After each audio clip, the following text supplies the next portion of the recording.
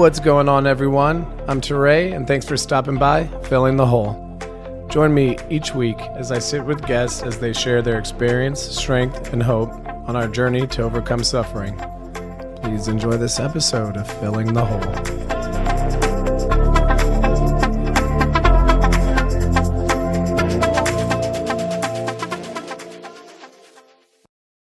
All right, cool. Let's see how that sounds. Okay. So, Gio, where are you from? Like where I live or my ethnicity? Whatever the question means to you. Okay, so I am Mexican. I am from Staten Island. Um, I was raised in Mexico, and I'm currently in Staten Island now. So yeah. Cool. So, Mexico, you moved when you were 7. Yeah. Did you move straight to Staten Island? Jersey at first, and then I moved to Staten Island. Um, and I had no clue what people were saying when I came here. What's that mean? Uh, I didn't understand English at all. Wow. Yeah, What was that like for you? it was hard. Yeah. I was like, "Blah, blah, blah, blah." What did they say, Mom? I mean, that's gotta be pretty difficult, I'd imagine.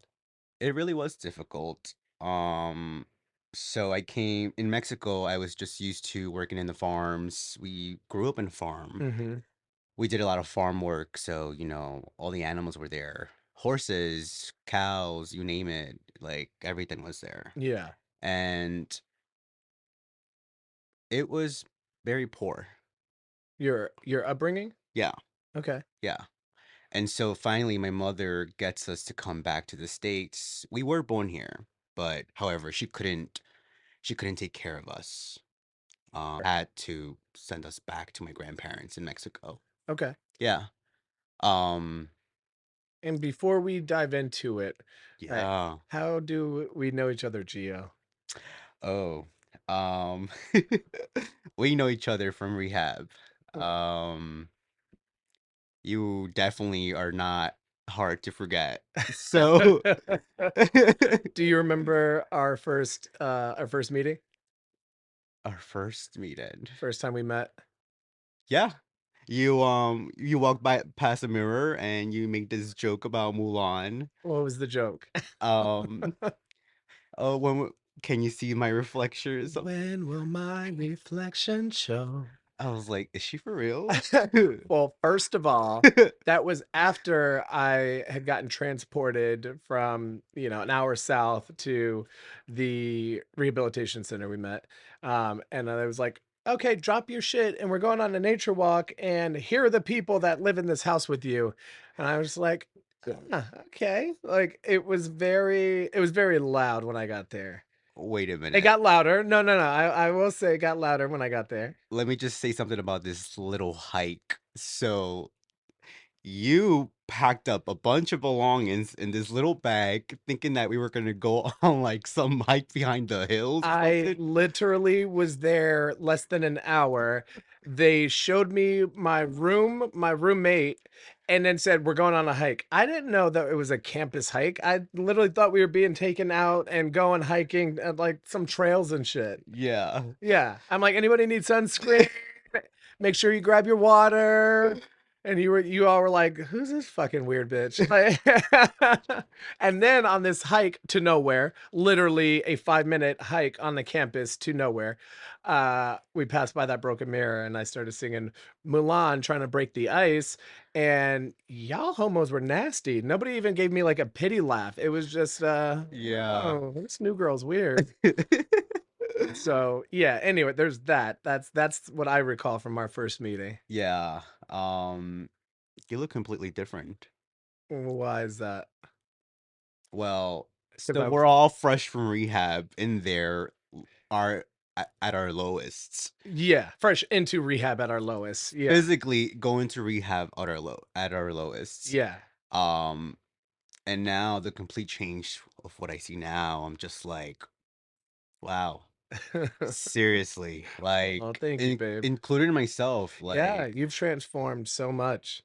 You're less frazzled. Yeah, I am. I am less frazzled. 'Cause girl, they called you frazzled in rehab, and frazzled you were.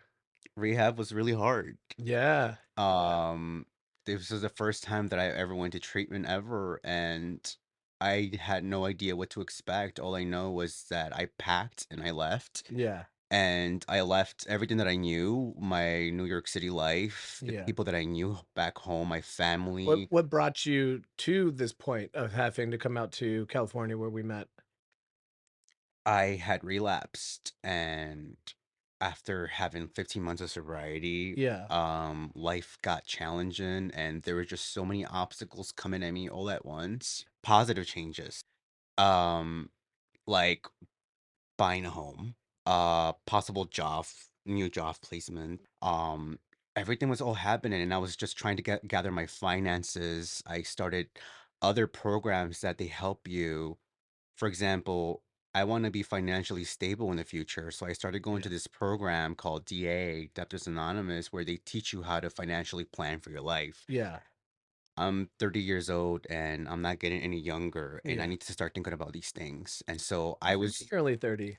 yeah, That's amazing. I mean, I'm only 33, but yeah, I very. feel like I've lived several lives. It shows. It shows. I'm just checking. Uh, No, but that's awesome. You were doing the right things that, it looks like to do in recovery or that you should be doing in recovery. And I think that's something that is very important that you touched on. It doesn't just have to be life is hard, life is beating me up, I want to do drugs. No, and I'll speak for myself, as an addict, it's anything can trigger the urge to use, good, bad, and anything in between. I want to celebrate. Let's, go out and use. yeah. I'm having the worst day of my life. Somebody's passed away. I need to go out and I need to use. So I'm glad that you touched on that. So I just couldn't see myself being happy and achieving all these things. Yeah. There was still a part of me that was like, are you really doing this? Like, do you really deserve all of this? Like self-doubt, Yeah. or I like to call it my imposter syndrome. Yes. Like, bitch, who do you think you are? You don't deserve this. For me. I don't know. I just had, like you said, we all grew up with a bunch of trauma and all these things. And for the longest time, like we were victims of all these things. Yeah. And I thought that I had accepted all of my traumas. Um, but it turns out that I was still showing them. They were still coming out They were still coming out. and in different ways. And I didn't properly know how to deal with emotions yet. I didn't know how to speak for myself whenever things were going really hard. I had a lot of pride, and I wanted to pretend that everything was okay with me and that I got this. And that's how everyone always saw me, because they always saw me like, damn, like you're doing like so well. But deep inside, like I was dying. I was crushed. Yeah. And When you say everyone, like family, friends, yeah, oh, family, friends. So I grew up having to be the first person to do everything in my family. When we moved to the States, I moved with my younger sister. It was me and my sister that came from Mexico to here. And I had to be the first person to learn English. I uh-huh. had to be the first person to translate everything to my parents, because like I Yeah. was already adulting at such a young age. Meanwhile, I was trying to process learning Yeah. something new that I've never knew before. Yeah. How old were you, I guess, when you kind of became the translator for your family? I was 7, 8 years old, Wow. 9, I was helping them with bills, how to translate from these things to that, and it was a little frustrating. I'm like, I don't know any of these You're like, things. I'm learning this as we go Yeah, and trying to, wow, that's a lot of responsibility for a and kid. yeah, first person to ever complete high school, first person to have gone into college, Yeah. and so I was always the first person to do something, Hmm. and I kinda carried that into before that relapse. I brought it all. I was like, I have to be perfect at my sobriety. Yeah. I have to maintain this figure. Everyone always sees me that I'm like this happy, glowy, smiling person and caring about others. But the most important thing is that I never even cared for myself. You never got the chance, it sounds like, because I relate to that so much. Not exactly, obviously, but a lot of, kind of being that guy in the family to mend things or fix things and, spearhead it, if you will. I will speak for myself, showing that weakness or vulnerability wasn't a skill or a tool that I Mhm. had ever learned. It was no, you work hard, you can't let them see you sweat, which I think is a huge thing in our society for a lot of people, man, woman, anyone in between, but it's just kind of that wrong way of thinking that, vulnerability It's weakness. is weakness, and it's Mhm. not, Yeah. right? Um, but because of rehab, like I was able to finally put myself first. Uh, Never before would I have thought that like, let me confess to my job that I have a problem. Wow. Let me confess to my family that I have a problem and I can't stop. Yeah. So now literally everyone knew. It came to the point that my job, my family, my closest friends, I was on the verge of losing everyone all over again. Was your relapse right before California? Yes. Okay. And for that whole 1 month, the weekend came and I went out. And from that 4 day binges, 5 day binges, 6 day Yeah. binges, saying that, all right, I'm done. This is gonna be Yeah. my last time. And then bam, Right right back it at back it. again. Yep. Like that is the insanity Yeah. of like Addiction. addiction. Yeah.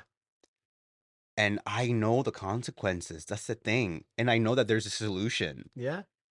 Yeah, but sometimes it's easier to just reach for what we have grown used to, right? Yeah. Yeah, that is the sickness that we're talking about, right? Ugh.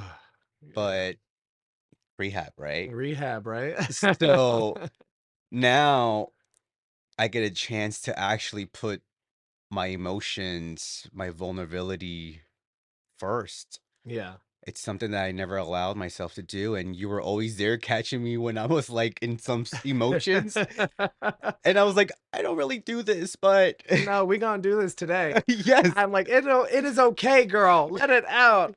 My memory from you, other than frazzled, because we joke about that and we call you frazzled, and Yeah. that's just our running joke, right?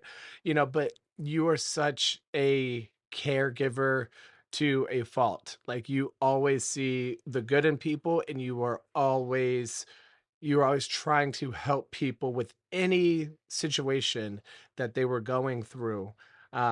You're a very lovable person because you give so much love so freely. Uh, you know, I don't think I really saw I didn't see you sweat much. I'd see you frazzled here and there, right? But like you you possess this kind of everything was going to be okay. Like just a caretaker. Yes. Yeah.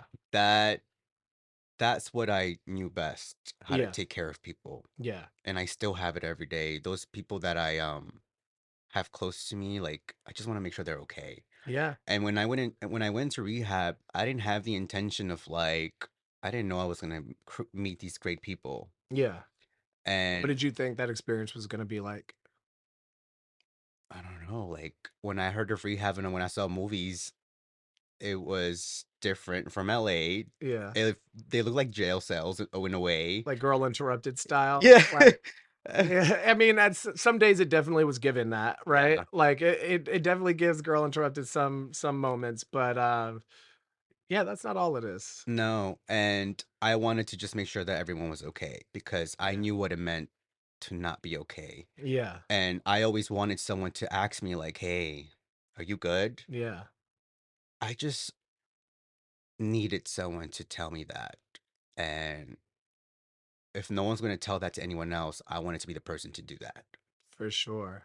For Like sure. that's all I needed growing up Yeah. and for some reason carrying like being adulting at such a young age, I Mhm. didn't have time to put my emotions first. Mhm. So I had to be grown. Yeah. Um, Yeah. yeah. And you definitely you were that for a lot of people, including me. Like I remember there was a moment where I was ready to leave the next day, and Yeah. you sat with me the night because I stayed in my room the entire day, and I came out at night and just to watch like 15-20 minutes of TV because there was one TV in the living room, and eat like 5 bowls of cereal, and you just sat with me, and it was just so lovely.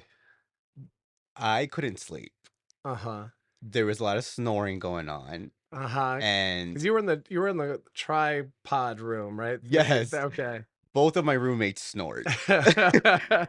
And even with earplugs, I still heard it. Oh, And girl. I was like, let me just go downstairs, let me get a glass of water, and then I saw you. Yeah. And I'm like, oh, he's out of his room. Yeah. Yeah. Because And that's in then there all day. yes, I was like, "Yay, you're out."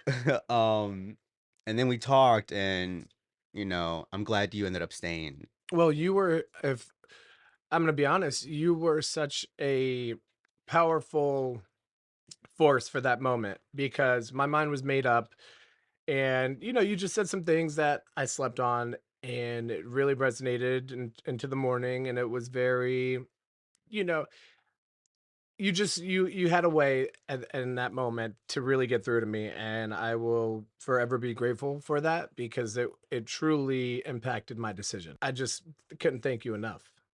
I thought you were like, "Oh, I guess he's leaving. Yeah, Let me try to see something. Maybe, hopefully, he can hear it." yeah, Because you were like, "Yeah, my husband knows. Tomorrow I'm out." yeah. No, thank you, But I'm so thank you glad for that you just stayed. yeah, and Um, and and I mean, you just sat with me, right? Like I think that's something that is so important with anybody. Like we want to be seen, we want to be heard, we want to be loved. And in that moment, I just felt so much love radiating off of you. And yeah, thank you. Thank you for sitting with me. mm, I love you, Teray. Like, seriously, Yeah. that experience with you in rehab was a journey. Um, we learned a lot of things, me and you over there, Yeah. but more importantly, me. Yeah. Um, I honestly got a chance to grieve what I thought that I had accepted and let go, and it turns out it was still lingering, What kind of things? the trauma. Yeah. Um, I get really emotional when it comes to talking to trauma, but a lot of it had to do with my childhood. And my mother had left me in Mexico when I was about 4 years old, and she was my mother and my father. And so when she left, I had lost everything. Mm, And I was with my younger sister. So I felt like I had to take care of her. And it was already hard because our grandparents only cared about one thing. They had too many grandchildren. There was way too many of us over there. It was like, I don't know, cheaper by the dozen type of thing where like they had so much. there's too many kids to There's deal too many with. kids Yeah. everywhere. And so like anytime my sister would be like, I'm hungry, like we'd be out in the neighbors knocking on doors, and I'm like, do you guys have any food? Mm, Um, it was tough, and we didn't even have toys. They didn't even buy us any toothbrush, like our health, our hygiene. yeah. It was bad. Yeah. Yeah. Um, Well, and your kids, like, you don't yeah. know these are the things for upkeep, unless somebody shows you. So that was the official like first trauma that like my mother and my father leaving. Yeah. That was the thing, the abandonment. Mhm. And then having to fend for myself and Yeah. someone else. Yeah. But not more of me. Me, I had to reserve all my feelings and my emotions because I had someone to take care of. Yeah. And because she left, when we used to go to the farms, there was this family relative. I don't even know if he was a relative. It was a family friend. Yeah. Um, he used to take me far away from the farms, and I didn't know at the time it was sexual abuse, but he was sexually uh abusing me, and it Wow. was not just once, it was multiple times. Mm. And I thought that that was normal. Yeah. Yeah, I'm sorry, babe. Yeah, I thought that was completely normal. And then we come back to the States, and my mother finally has enough money to gather, and she worked hard for it because she wanted us back.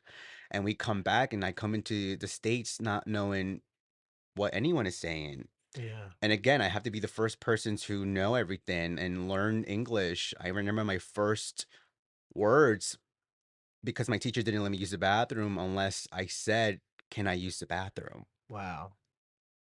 I remember those being my first sentence, Oh "Can my I use the gosh. bathroom?" Yeah. Because she wanted me to get it. Yeah. As it sounds a little harsh, but she wanted me to get it though. Yeah, I mean, Yeah. it does sound harsh and, but it's something that stuck with you all these years that you remembered. Yeah, yeah, definitely. And I come back to the States and then I was introduced to supposedly my father. Okay. This my mother was pregnant. She looked different. I'm like, "Oh my gosh, she's big. Yeah. Who is she?" She was about to give birth. Wow. She was in her like 8, 9 months period. And then she's like, "Do you remember me?" I'm like, "Yeah, I remember you." And she's like, "This is your father." I'm like, What? "What? Who is?" Yeah. Who this man? Yes. Papa, who this man? I knew something was wrong from that because I never saw him, Yeah. and he looked different. He has this birthmark over here, white hair, Okay. and you know, brown and white on your skin. I forget what the Oh, condition is called. the skin Yeah. condition. Yeah. So my younger brother was born with that, and I Okay. always question, why don't I have that? Yeah. If he's my father, then why don't I have a resemblance of what he looks like? Yeah. Shouldn't I have a white patch of hair? Shouldn't I have brown spots on my skin? Yeah, And something. so something was always questioned in there. Mhm. Um, Well, and also, you were left in Mexico, you come to the States, this man is your father. Where the hell was he when I was in Mexico? You know what I mean? Like yeah, that's what I would be thinking. yeah. Yeah. And basically, we bring our traumas into our adulthoods. 1000%, yes. And he's my father, and he's my father. He's will always be my father. But when we had came, he was also an addiction. Ah. He was an alcoholic Mm. and substances. Okay. Um, and anytime that he would put those things into his body, he was no longer nice. Yeah. And there was a lot of violence that we grew up around with. And I still remember me trying to protect my younger sister and my mother. Mhm. No, like, don't touch them. And Yeah. then bam, you know? You'd get hit. Yes. And so where I want to get with that is that I ended up bringing in Mexico, my grandparents were the same. Yeah. A lot of violence. They were just it was normal. Physical abuse. Yes, Yeah. physical abuse between them, each other, husband and wife type of Mm. thing. Machismo, like Machismo? machismo. What's So that? like in the Latino culture, a man is supposed to be strong. A man is supposed to, if he has multiple wives, that's okay. Or like if he cheats on his wife, that's okay. But Yeah. the wife is always supposed to be loyal to him no matter what. Wow. And if he decides to beat you, then you're supposed to take it because that's what a man is supposed to be in that's what a machismo is and and so then I grew up thinking that that's what love was. Yeah. I've never And heard that before, so thank you for explaining that for me. yeah, mans are supposed to be manly. They don't show no weakness. They show no vulnerability. They're always strong. Yeah, which, I think is for the most part, everywhere in the world is that Yeah. like mentality of a man and what defines you as a man Yes. for sure. It's nice to learn new things, in different cultures, what, how to identify or what comes along with that. So, but yeah, I mean, same thing in the States, a man doesn't show feelings, it's okay for him to do the dirt. The woman's not supposed to loyal.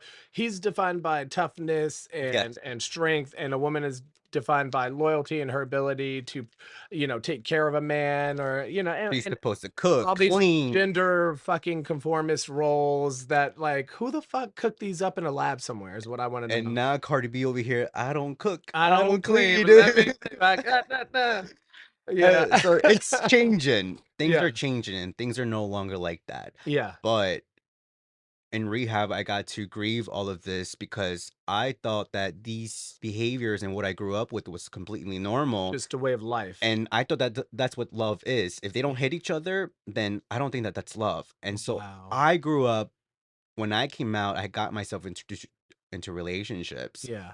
And the relationships that I got myself into were nothing but there was mental abuse, there was physical abuse, and now realizing is that I had a part in it also because if he didn't physically beat me, Yeah. I had to provoke him in order for him to hit me because I'm like, if he doesn't hit me, he doesn't love me. Wow. That's like what That's like, how in the dark you were yeah, about a healthy relationship yeah. I mean, because yeah. I was able to see that because of the fourth step, to be honest. Yeah. I think I was telling you that I had just done my fourth step and my sponsor had pointed out patterns. Yeah. And literally what I grieved in rehab, it was exactly this also, and that's what I had in my fourth step. Mhm. So my sponsor pointed out to me on my resentments, "Do you see the pattern, Giovanni?" I'm like, "What pattern?" And he was like, "You're bringing that childhood physical abuse, you're bringing all of that into your adulthood, and you keep finding yourself with the same thing over and over again." And I Which started was the physical abuse, the mental abuse, like people from the taking it, exes that you've yes, had. Yeah. yeah. And because two of my exes were in that resentment, Yeah. and my grandparents were my resentment, Mhm. my mother and my father were my resentment. Yeah. Um, and when he told me that, I started to cry. And it's funny that how it happened because right now I'm currently after I left rehab, my therapist suggested that I continue doing the work with the whole inner child because I Uh-huh. had a lot of inner child trauma that I've never really focused on until I explored rehab finally. Yeah. It took rehab for me to understand that I need to heal the within. I need to heal the little Geo that was hurting and suffering so much Yeah. that I never wanted to pay attention to because it was just too many emotions. Yeah. And in a way, my addiction kind of numbed those emotions. And it's the only thing that I knew how to do. Oh, I'm feeling certain emotions that I don't know what this is. So let me just pick up, let me act out sexually, let me give myself out. It's what I know how to do best. And if I may, that's a huge piece of it, right? Like we grew up, boys don't cry, you got to be tough, you've got to figure it out. So we push a lot of these feelings down and we never deal with them or learn what they are. And then later on in life when they start coming up again, we're so scared out of our minds, so we reach for a substance or we reach for a drink and it does exactly what it's supposed to do. I tell people all the time, no, drugs work. Alcohol works. It does exactly what it's supposed to do. It is the ultimate form of escapism and taking you out of yourself so you don't have to feel these feelings that might be uncomfortable or scary or new. And you can just escape and go into no man's land. And I love that Yeah. back then. Yeah. Me too. But you know who says we ain't gotta live like that no more. We You know? don't. Well, and I'm super proud of you that you were able to look in the mirror and I've bitch, your growth is so inspiring. We would have our nightly reviews and we go around and I think I said a few nights, yeah, I said multiple times and you tell me if you remember, but I'm just like, Geo, your growth is seen. Your the impact that you have on people around you, you're just this nourishing kind soul and you started to like bloom, for lack of better phrasing, into being able to just I saw you become a lot kinder to yourself Yeah, in the time that we were there, and that just like made my heart burst because I'm like, here's this loving beautiful man that offers so freely, and you weren't able to offer that to yourself, and to watch you hit your stride and give that same energy to yourself that you deserve, it was so beautiful and inspiring to watch. I'm glad that you said that because that's exactly why it went. I'm like, I am tired of suffering. When will I get out of this vortex of misery? Yeah. Why can't I get myself out? I want to be able to get into the epicenter and just stop it. Mhm. And when I gave everything up, I'm like, "Yes, I'm leaving everything behind. I'm leaving my family. I'm leaving my job." I didn't want my soul breaking anymore. Yeah. It's so funny that you say this void, this hole, this vortex, because I sat down with a mutual friend of ours, and you know she'll be her episode will go up, but she dropped this phrase at me that was so incredibly powerful. It was, "What I avoid creates a void," Mm, and I was just like, I threw my shoe, I threw my hat, I threw the kitchen sink. I said, "Yes, yes, yes, you better drop that knowledge. What I avoid creates a void."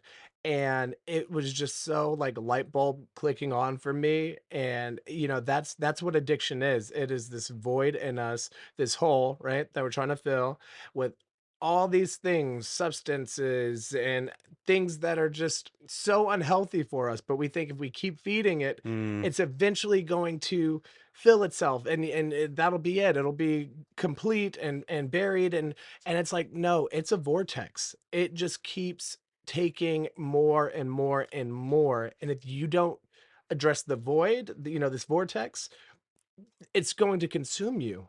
You know, like a black hole, it pulls everything in and just completely annihilates it. And eventually, you know, that void in us, if it goes unchecked, you know, we get pulled into it too, where we're just shells mm. of humans. That's very powerful. And that's exactly what it was. Yeah. And when my mother had left, I was trying to fill that love in that specific period of time as an adult. Yeah. And so I developed these coping skills as a result to that, but these coping skills are no longer serving me anymore. Yep. And I said it in rehab, like, I need to change because it's not working anymore. And I Yeah. reached a point in my life where, like, okay, like, let me figure out exactly what's going on. Maybe I can change and rewire my brain into a healthier coping skills. Yeah. I don't have to cut people out. I Mm. don't have to I don't have to. Like the fear of getting hurt, I don't have to fear that anymore. Was that one of, I guess, your tactics or ways that you would avoid getting hurt, just cutting people off? Yes. Yeah. That abandonment did take a lot on me. Um, If I may, right?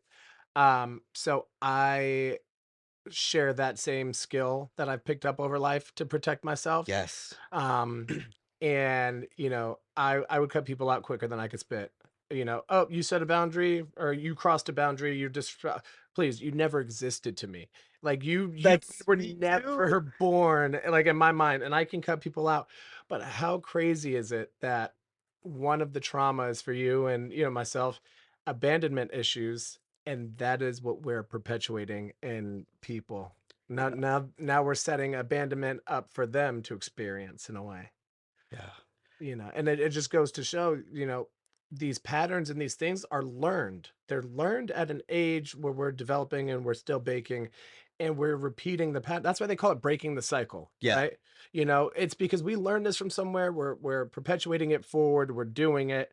And, you know, that just is our norm because that's what we grew up or seen or experience. And so, you know, it's so powerful that you were able to look in the mirror and say, my way is not working. Yes. I don't want to live like this no more. No, I don't. Nor do I have Nor to. do I have And to. I'm not doing that anymore. Like today I'm not doing that. Yeah. As because I don't know what's gonna happen in the future. You can't And future trip, girl. yeah, and I'm staying present because right now I've learned a lot about what you just said also, where like I'm changing. Once I did that sex ideal on step 4, Mhm. it made me see that I don't have to cut people out of my life. It's not working anymore. Yeah. I don't have to, I can keep connections. Yeah. You can address it without resorting to Yes. the tools you used to reach for. I can be compassionate. I can still show up for these people. Yeah. And And set a healthy boundary. I'll speak for me. Like I same thing, right? That was something I had to learn and new skills, new ways to deal with people, places and things. Realize I can't fucking control people, places or things, yes. right? But I can set forth boundaries that are healthy for me. And there's a way to reiterate those boundaries or teach people how to treat you, I should say. Yeah. Yeah. And but that just goes to show that I can use that in relationships with my family, Mm. relationships with my friends, relationships with people in recovery, relationships at work. I don't have to use like cut. Cut people off as Yes. my only result or Yes. resort. Yeah. Like, or I don't have to be petty. I don't have to do these things But we that can still be petty I because we can still be petty. We're going to choose the higher road yes. when applicable. But It'll be nicer and yeah, we'll, kinder. we'll be kinder. Yeah. But we can still get petty. So just don't bring it there and we good. And this is something that I wanted to continue exploring. And now when I got back from rehab, I think I left a little earlier than everyone there. Yeah, I was like, why this bitch get to leave? And we came in at damn near the same time. And I can't really talk because I ended up leaving like a week after Yes. you. I was like, yeah, no, this place, I'm good. I'm checking out. Can I get my bags? I I am very grateful for that place though. Yes. If it wasn't for that place, I wouldn't have tapped in that I need to heal the within. Yeah. And it's exactly that. And like we're trying to fill something was that was wrong. Yeah. That Something was ha instilled in us at some point. Yes, and now I can fill that with love, connection, respect, and like the way that I'm communicating with people this time around is like it's amazing. Even you helped me communicate a little better in rehab. I'm so serious. Um, you were like you were like, I can't if you don't tell me what's going on, then how am I supposed to like change my ways? Yeah. And um, I was like, "Oh, maybe I do this a lot. Maybe I expect for people to read my mind." Mhm. And it was because of that moment I was like, "Well, I need to say what exactly I'm feeling." Yeah. And it doesn't have to result in arguments or physical altercations. That's what it Or blow was. ups. That's what it was. I was just so scared that I always all of these things when I brought something up to me, resulted in a lot of violence and a lot of like It mental instilled abuse. fear because that's what you knew the next steps were in your experience. Yes, and that's why I just never said anything. I'm Yeah. like, let me just Try not yeah. try not to ruffle any feather, and that's what I know exactly what moment you're talking about, Yep. and that's exactly what I saw, and I will consider myself I do consider myself a pretty decent communicator. My motto is I'd rather over communicate than under communicate because left to the human imagination, it'll run wild. So I'm like, no, no, no. This is what I said. This is what my intentions were behind it. And this is the impact that I hope it has on whatever this situation calls for. Mm, And so I'm a pretty good communicator. And I saw you getting frustrated, but there wasn't enough information for me to understand why you were frustrated or just getting upset. And I was like, if you are going to because communication is the root of everything. yeah. If you're going to improve on anything, communication is always at the center of that. And I was just challenging you to get out of your own way and to use the words and the tools that you had because you can't expect people, like you said, to read your mind and show up if you're not giving them the tools that they need to Yeah. show up for you, right? It's like, well, I need this, and I need this, but they should know. And it's like that's not none of us are telekinesis, My therapist said that. yeah. Like the purpose of having a therapist is like letting them know what is happening with you. Hmm. And I'm over here like, well, he should know.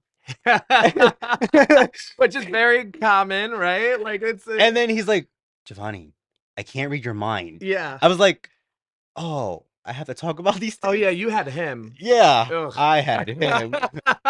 No, because of him, No, no, no. I'm grateful for him for you. I just did not have the best encounters with him, you but know, I'm so thankful for him for you.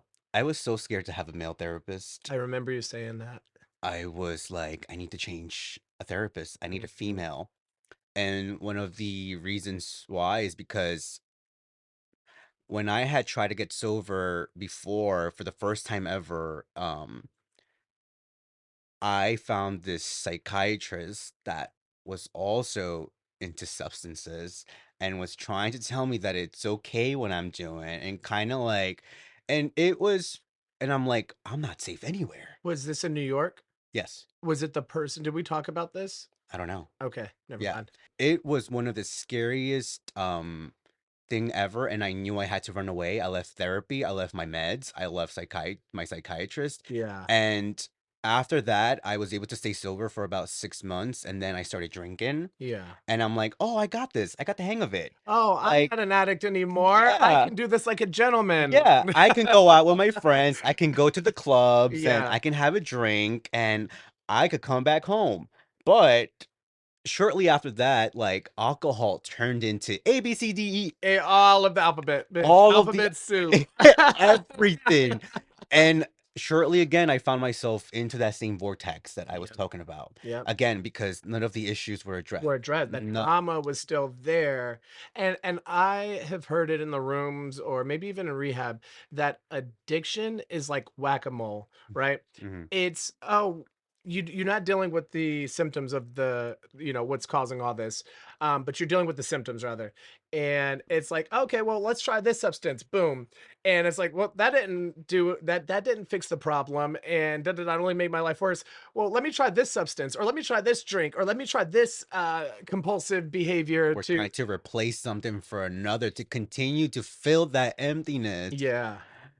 and it didn't work. And no, it never does. It never does. And there I am. I ended up in rehab, Uh, and you ended up in rehab, yes, and ma'am. when I ended up in the rooms, I was like, before I was like, I will not be like my dad. I will not be like my father, because all he does is go to these AA meetings and like that's not I'm not an addict. Yeah, And then bam, I find myself in the room. I'm so grateful for my father now because he has about 12 years of recovery now and the amount of and mind you, he does not know how to read. He does not know how to write, wow. but he's working his recovery and he's working the steps to the best of his knowledge. And when I started and I came into the rooms, I was like, my dad was going through all of this by himself, Yeah, and we were not there. We did not understand what he was going through.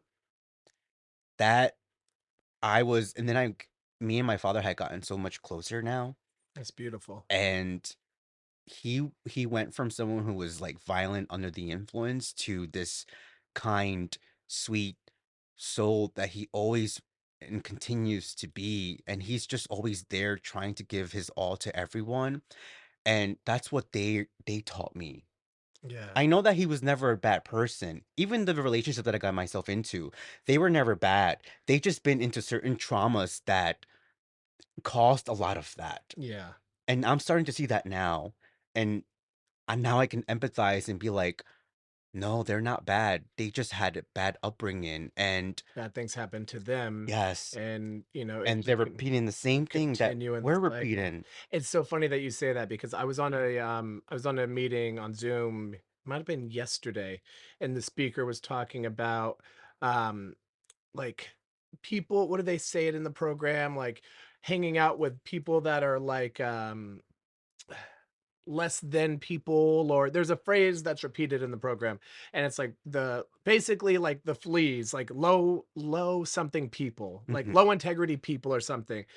And I was so, in awe with the speaker because he says, like, who am I to cast judgment on anybody and call them like lower people, for the choices or what circumstances fell upon them and what they do, when I myself was one of these lower people that were doing these lower things. He's like, there's no lower people. And the writing has this messed up because, if that's the case, if we're going to cast out lower people, he's like, then I should have been casted out. And that Mhm. was so relatable for me because I was like, yeah, like there are people that bad things happen and they do bad things, and that doesn't make them bad people. Who the hell am I to place a judgment on somebody and label them good or bad. No, no, we're doing the best that we fucking can every day, and it's hard.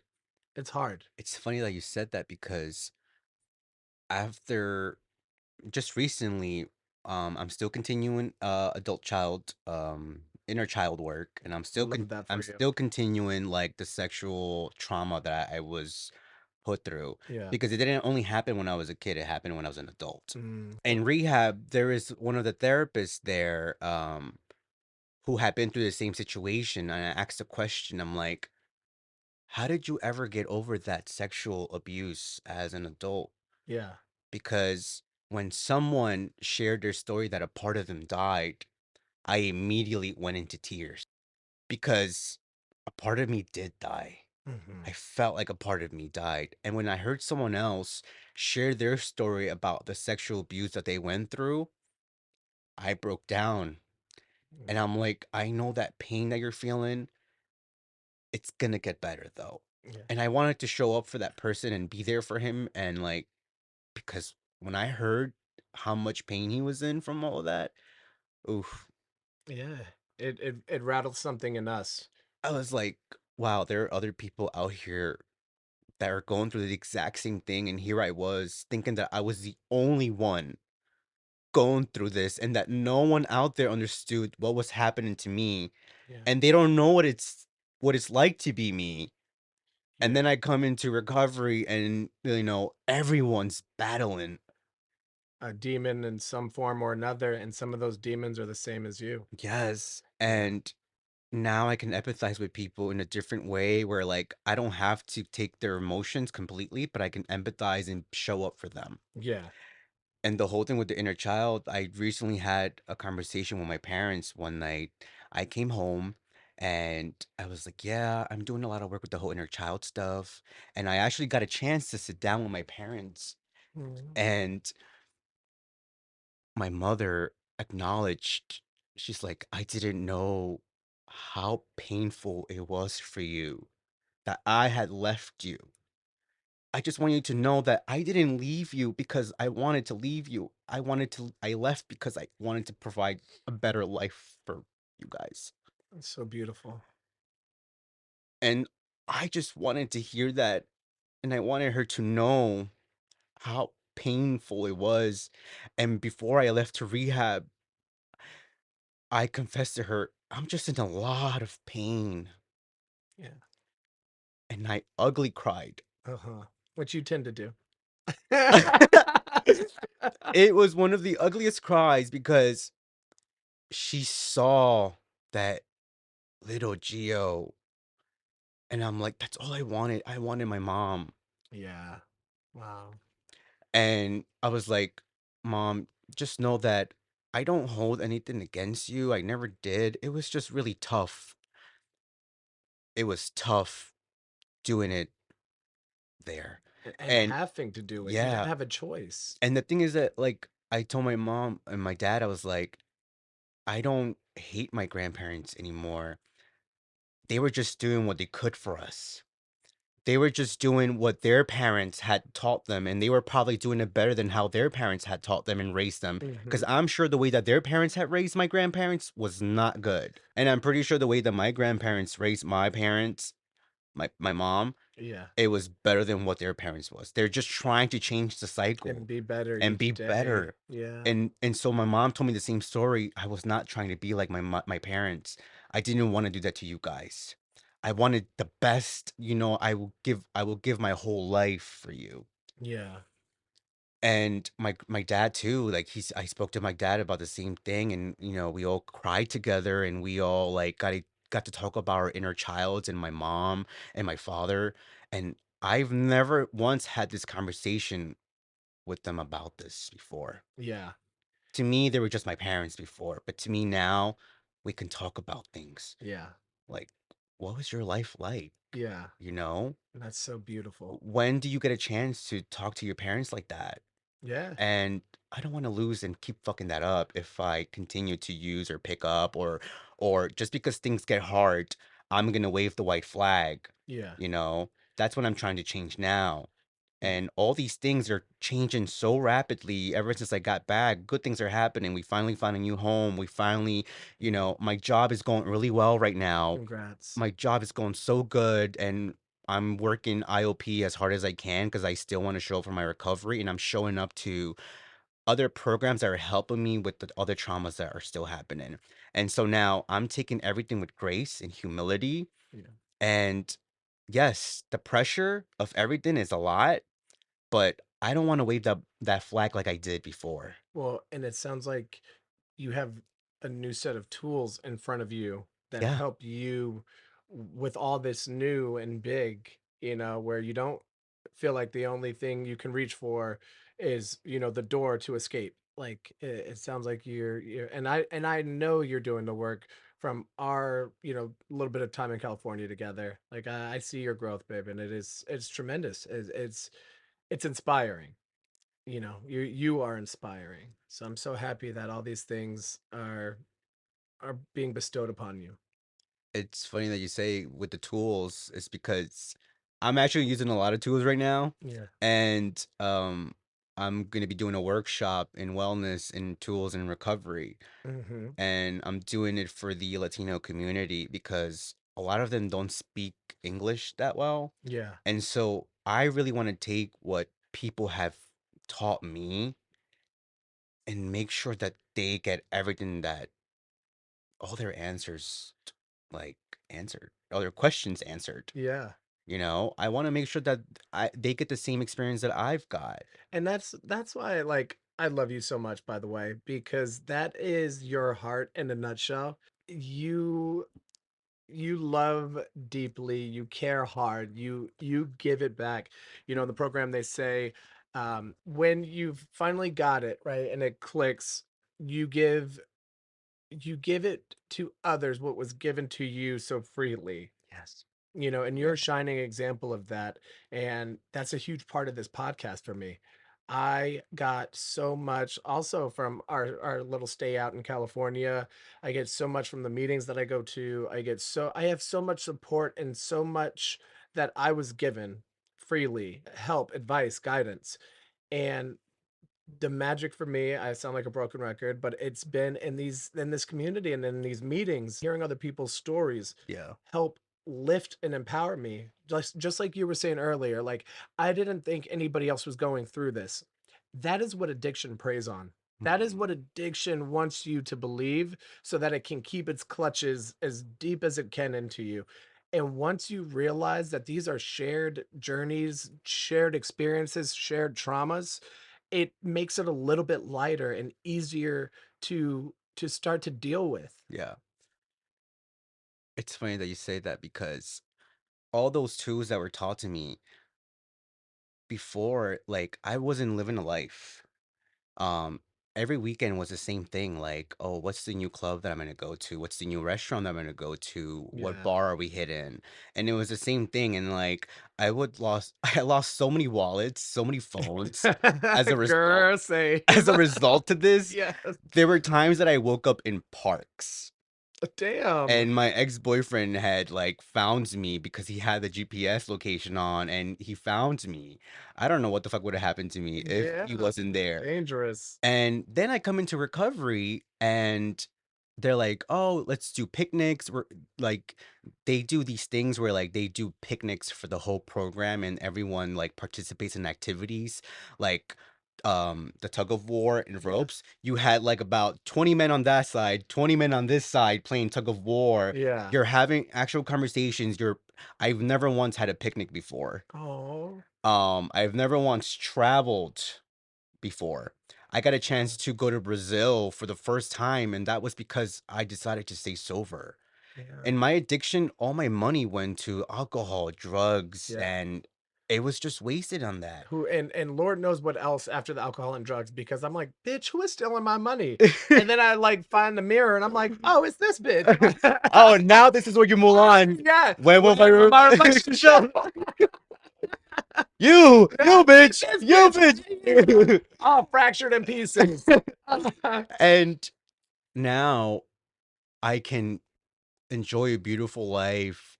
I even get to see Broadway shows. I've never once saw a Broadway show Really? before. I love that. Never. Yeah. I can We should go pretend. see a show sometime. Yeah, You let's. like Broadway? I Yeah. love Broadway. Okay, let's do I've it. been seeing a show there. Okay, we are. Oh, but he's I'm serious. I'm serious too. I get to be physically Yeah. active. I can play sports. I Yeah. remember in high school I was in varsity volleyball, and like I can tap back into that. Yeah. I took a workshop on how to make like pottery. It's a pottery class. Mm-hmm. I made a cup of coffee, I made a bowl of soup, and I made a water jug. Did it leak? No. Oh, look at you. I was like, "Oh my God, I'm artistic too? Like, Yeah. who is he?" Yeah, who is she?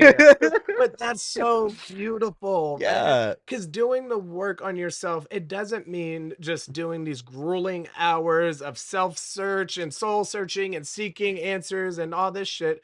That's the beginning of it, and it's Yeah. hard, right? But I think eventually, we hit this point, or I'll say I hit this point where I'm like, okay, like I've done a lot of the work.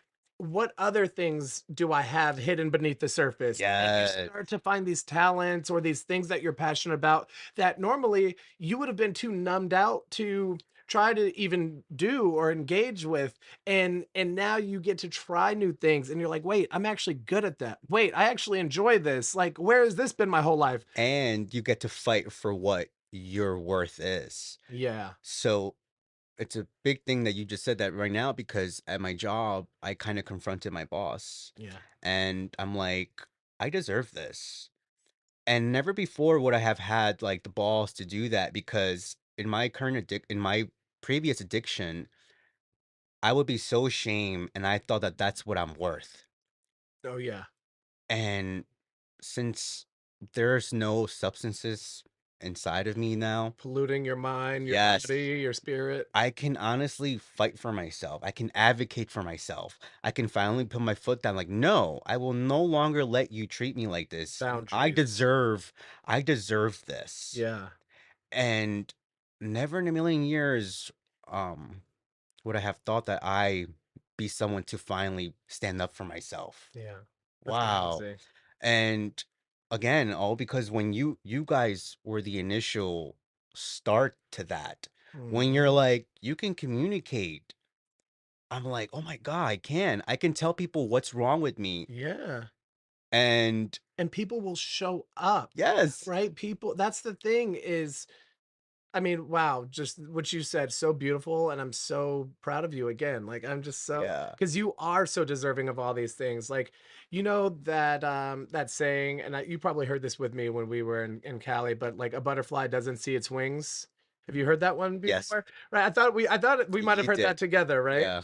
And so, it's up to us to allow our wings to be seen, bitch. And that's just like showing you, and people are going to observe these small over time things that become, bigger changes in us. And like, you know first off, your inherent value alone, you don't have to fucking negotiate. You are worth whatever the fuck it is you want in this world, and go Yes. after it. You don't have to negotiate or come or meet somebody else's terms. No, you are so worth it. But to see you believe it and stand in your conviction, I'm like, that's my bitch right there. That's my bitch. And the difference is that this time around, when I pray for something, I connect with the prayer to my understanding of what my God is. Yeah.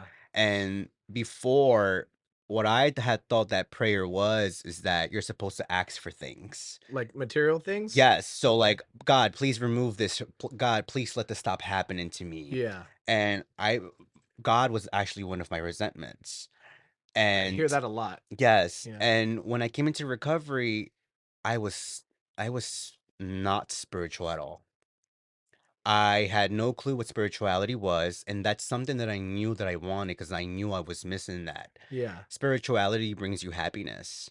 And my sponsor practices Kabbalah. Oh, nice. And Kabbalah, they teach you how to be your highest self, how to be, how to stop before how to stop something from happening before you react and it goes really bad. It Wow. actually makes you pause, reflect, and then you observe, gather all the information that you need to, and then you take an action and then you let it go. Yeah. And that's exactly what Kabbalah had taught me was that, and it was because of Kabbalah that the professor, the teacher, I don't know what he was, the Kabbalist, The sensei. the sensei, he was like a The sensei. sensei, whoever. So he's like, one of the things that you guys tend to do when you guys pray is that you guys tend to ask for things. And that's one of the reasons why you guys resent your God. And Oh. that's not the purpose of prayer. The purpose of prayer is to connect.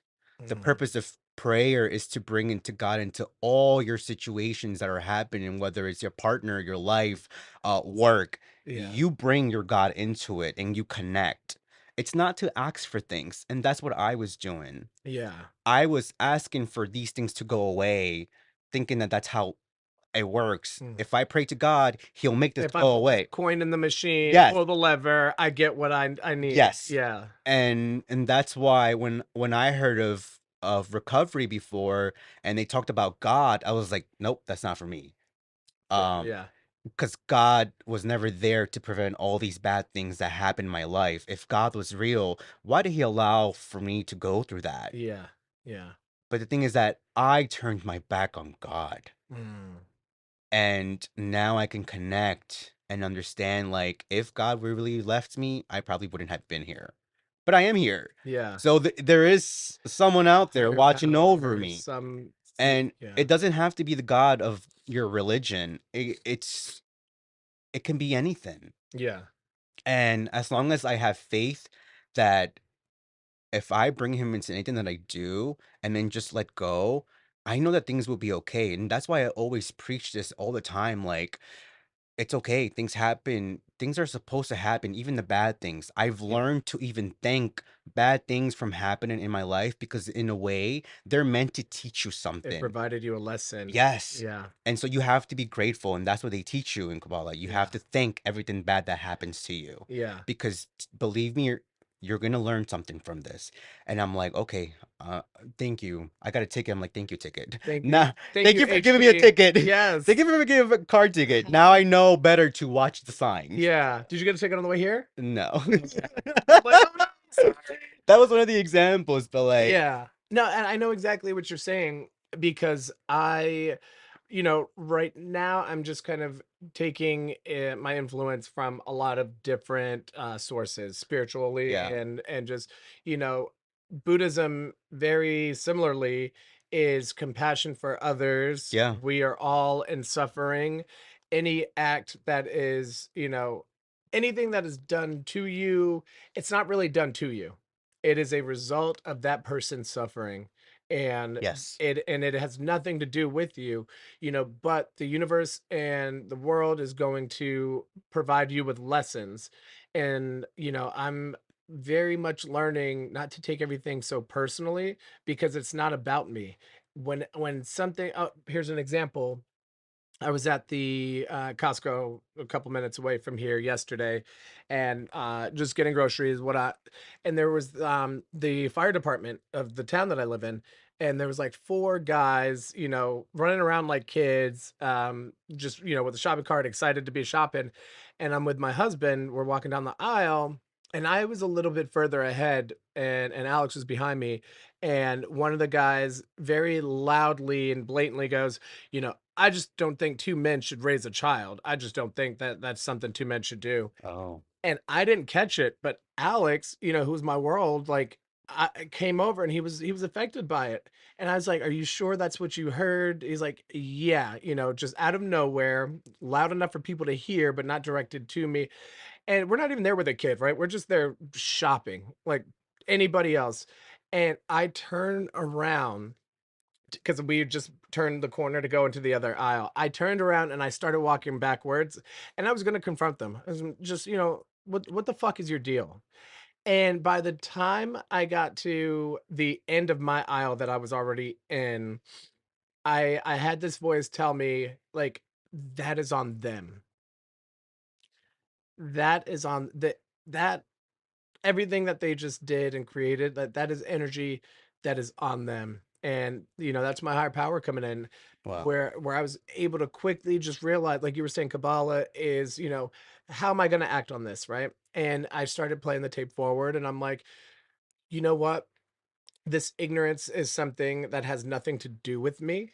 Mm. Whatever prompted him to say this stems from an insecurity or a fear or some ignorance that he experienced, and I don't need and to react with the same level of ignorance or hatred or bigotry. I don't even have to react.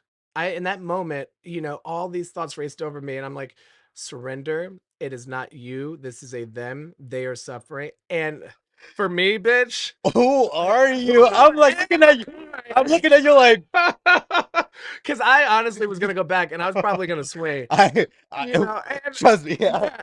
yeah, and I was just so it was one of those moments where I was like, holy shit. This wavelength, this journey that I'm on right now of aligning with my higher self and my higher power, like it is clearly working because a situation where I would have swung first and asked questions later, I literally was able to have compassion for this person who I'm just like, you've got to be hurting to spew something like that. And like in the car, Alex and I were talking, and he's like, well, I gave him a look and I said, babe, just surrender. I said, we're not going to, whether we had an effect or we didn't, What? it has nothing to do with us and it is a him thing. And I was just like, holy shit. Like this is scary. Like, cause it works. It works if you work it. So work it. You're worth it. And we are worth it. And we are worth it, baby. You are so worth it. I love your growth. I love being a part of your journey. Thank you. And I really appreciate and I see such a transformation in you also. And it's like really beautiful to see like the fact that you were able to do this after this story that you just told me. I was like, that is that is this program. That is recovery. That is she is everything. Yes, progress, bitch. Progress. Yeah. It is telling that, if I could do it, if you can do it, anybody can do this. We just need the tools that were not given to us earlier. And also like I have to be the one willing to do the work. Yeah. things don't things don't come to me if I'm like, "Oh, why am I going through this?" Like Yeah. if if I want out of that misery, if I want to stop playing victim, then I Mhm. need to do something about it. I don't want to be that abandoned Geo that constantly always play victim when things got hard. Mhm. I want to be more than that. I am more than that. You I am are I more than am that, not baby. defined by my past traumas or my experiences. And I don't know. I'm seeing the growth, and this time I'm just learning to try to remain calm. Things have been definitely been hard recently, but I try to see the beauty in everything. And my sponsor keeps reminding me like I know I know it's hard and but at least try to see that speck of light in a cloudy, stormy day. That silver lining. That silver Yeah. it's there. Yeah. You just have to search for it. And Yeah. I held him to it because I was going through it and I go into my car and I break down and I'm like, "Oof, I can't do this." Yeah. And then I'm like, a drink would be nice, Oh yeah, you know. those demons start popping up, right? But the thing is that that's not the solution anymore. Yeah. That was the solution back then. Yeah. The solution now is to actually reach out. Mhm. Reach out to you, reach out to my friends, reach out to people that are there for me. Yeah. He keeps bringing up this water bottle, the Costco water bottle. How much Okay. is the Costco water bottle worth in Costco? 75 cents, right? Or like Probably less. I think you get a pack of 40 for like $4. yes. And how much is this bottle water worth at an airport? $5 easy. Okay, so I keep going back to where I'm not valued. Yeah. The thing is that I need to go to where I'm valued more. Would you say that's a character defect of yours, kind of Yes. diminishing your value? And yes, Yeah. and I accepted a lot of that. And this is what kind of scared me when I went over those resentments with my sponsor because he saw you keep going back to that. You keep going back to what you knew. and I'm so ready to just I want to let that go. I Yeah, don't want to keep going back to that. I don't want to hurt myself. And I think I have been doing the work where I see you myself have, baby. like not allowing people to take advantage of me, I've been setting boundaries. Speak up. Yeah. And I was like, damn, I could do this. Yeah, yes, you can. Yes, you can, because you have done it. Yeah. I've seen you do it. I've Yeah. seen you do it more often, and so yes, bitch, yes, you can. It's hard. It It is is. hard. It is. And some people I've seen gone out. I've heard that they've gone out and they have not got a chance to come back. And there are people like there was an addiction. Someone passed away that we knew, and Hmm. you know, it's not. I don't want my family. I don't want my family discovering something like that. No, this is not a game. And I don't. I'm like a cat with 9 lives right now. I think I'm up to my last one. I don't know. I don't want to find out. Let's not test Yes, it. you know, Yeah. curiosity did kill the cat, Yeah. and I for sure been damn way too curious. Yeah. No, totally. Yeah, but Um, well, any closing remarks for our listeners? just know that you're not alone. Mm. Although you may think you are, that's this disease.